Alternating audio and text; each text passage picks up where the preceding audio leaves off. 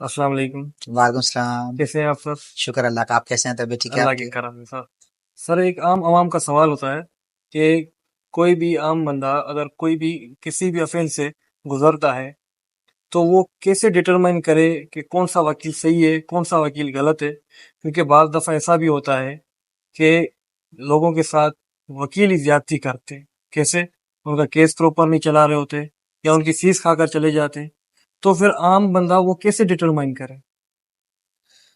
देखिए, बड़ा अच्छा सवाल किया आपने। अमूमा ये क्वेश्चन सुनने को मिलता है या बहुत बार हमने देखा लोगों की ये शिकायत भी सामने आती है। लोग कहते हैं कि वकील जो है वो हमारे पैसे खा गया, वकील ने हमारा केस खराब कर दिया, वकील जो है वो बिक गया, या वकील ने वो प्रॉपर हमारे डॉक्यूमेंट या हमारा केस प्रॉपर तरीके से पेश नहीं किया। अमूमा ये सुनने को लोगों से शिकायतें मिलती हैं। और फिर जिस तरह से आपने कहा कि जनरल पब्लिक का ये सवाल हम्म। कि किस तरह से ये पता लगाया जाए कि कौन सा वकील जो है वो बेहतर है। मैंने अमूमा बहुत से सीनियर से ये बात सुनी कि आप अपनी ड्रेसिंग पे बहुत ज़्यादा तवज्जो दें, क्योंकि फर्स्ट इम्प्रेशन जो है वो आपका जो काला कोट है, प्रॉपर ड्रेसिंग जो है वो आपकी होनी चाहिए। नो डाउट, इसमें कोई शक नहीं है कि आप वेल ड्रेस्ड हों, वेल लुक्ड आप नज़र आने चाहिए।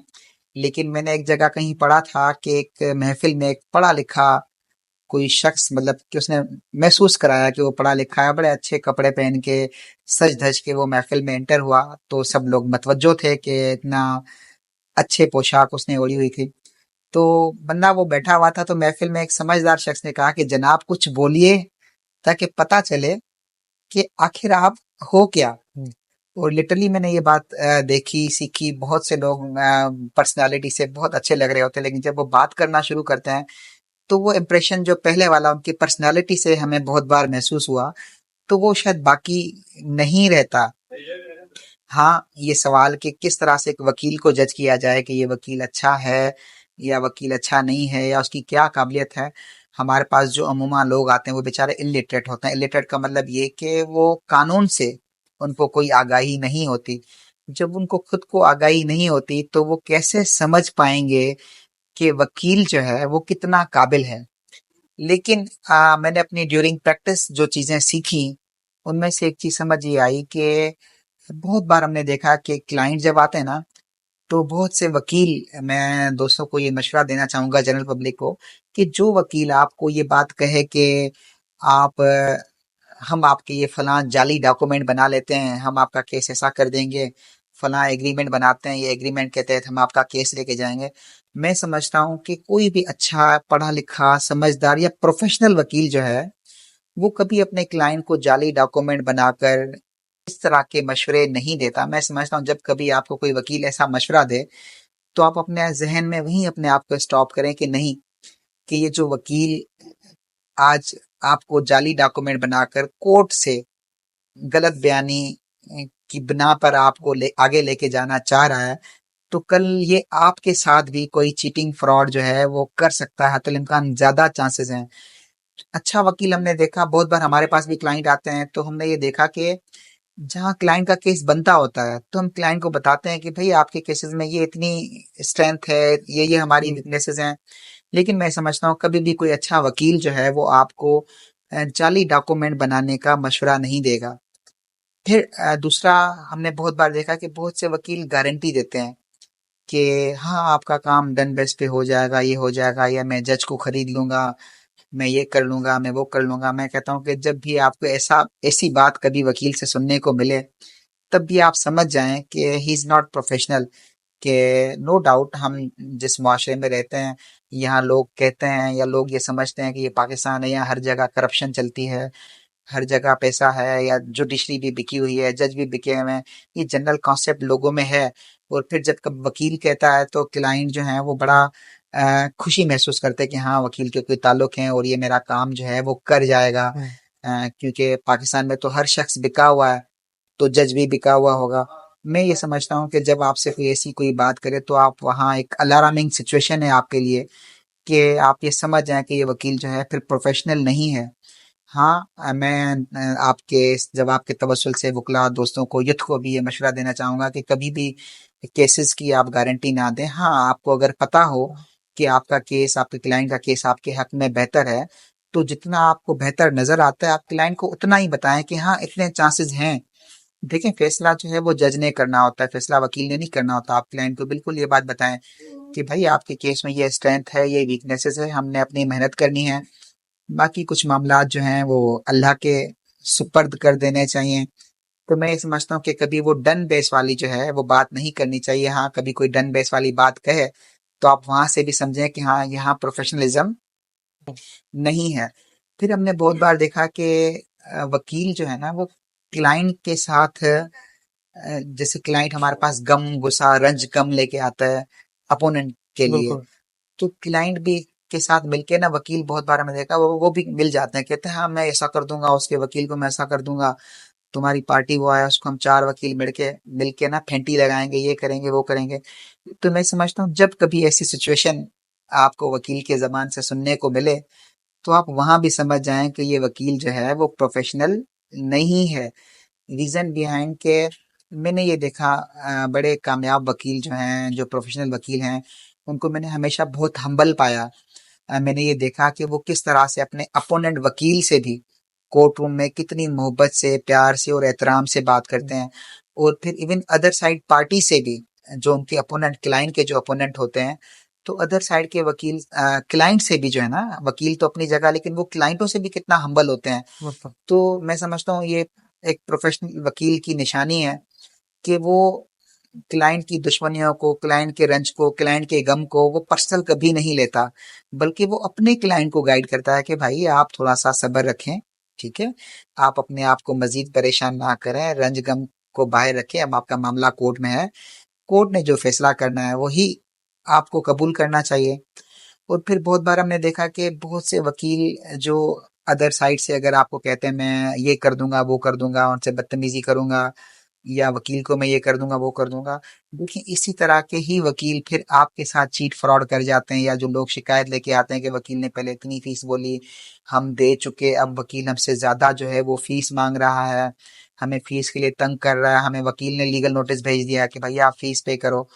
तो देखें, एक शख्स जो आपको पहले जब आप गए उसने आपको अपना एक बातों से बता दिया कि उसकी क्या पर्सनैलिटी है, तो जाहिर सी बात है जो अदर्स वकील के साथ लड़ सकता है, आपके अपोनेंट के साथ लड़ सकता है, तो वो लाजमी आपके साथ भी लड़ेगा। बिल्कुल। और फिर मैंने देखा कि जो अच्छे वकील हैं, जो प्रोफेशनल वकील हैं, उनकी अपनी फीस का एक मयार होता है। अगर एक अच्छा वकील आपको कहता है कि मेरी 5 लाख रुपए फीस है, तो मैं समझता हूँ कि फिर वो जिस तरह से अमूमा हमने देखा कि कारपेट बेचने वाले आ गए कि उन्होंने आपको 50,000 बताया और फिर 10,000 रुपए में एग्री हो गया। एग्री हो गए, दे दिया। तो जो अच्छा वकील है ना उसका एक अपना स्टैंडर्ड है अपनी फीस का। हम्म। उसने अगर आपको 5 लाख बताई ना, तो मैं समझता हूँ कि आपने 4 लाख भी उठा के उसके टेबल पे रख दिए ना, तो वो 4 लाख उसको इन्फ्लुएंस नहीं करेंगे कि नहीं हम्म। भाई 4 लाख आ रहे हैं मैं जेब में रख लूं। वो कहेगा कि नहीं, एक्सक्यूज करेगा आपसे, आपको कहेगा कि नहीं मेरी फीस का ये मैयार है, मैं इसे कम नहीं कर सकता। हाँ, बहुत बार हमने देखा कि अच्छे वकील प्रो बोनो भी केस कर लेते हैं, देखते हैं अगर पार्टी अफोर्ड नहीं कर सकती वो आपका केस फ्री में भी कर देते हैं। बिल्कुल। लेकिन अगर वो ऑन डिमांड आपने जिस तरह से नेगोशिएशन की, जिस तरह से मैंने एक मिसाल दिया कि कालीन वाले से या इस तरह के राह चलते हुए हमने कोई चीज पूछ ली, उसने रेट बताया और हमने इतना नीचे ले आए और उसने हमें दे दी, तो मैं समझता हूँ ये भी एक प्रोफेशनल वकील का काम नहीं है कि आप वकील ने 5 लाख फीस बताई और आपने 50,000 दिए और वो राजी हो गया, तो आपको समझ जाना चाहिए कि अब आपके साथ क्या होने जा रहा है। तो ये कुछ चीजें हैं, मैं आपके इस सवाल के तवज्जुल से जहाँ जनरल पब्लिक की ये आगाही हम देने जा रहे हैं, लेकिन साथ साथ में यंग वकला को भी यही मशवरा देना चाहूंगा कि अपनी फीस का भी वो एक प्रॉपर स्ट्रक्चर रखें। मैंने ये देखा कि बज़ाहिर वकालत के नए दिनों में जितनी फीस मिल रही होती है हम समझते हैं कि यार चलो कुछ तो मिला, हम्म। लेकिन मैंने ये देखा है कि देने वाली वो रब की ज़ात है।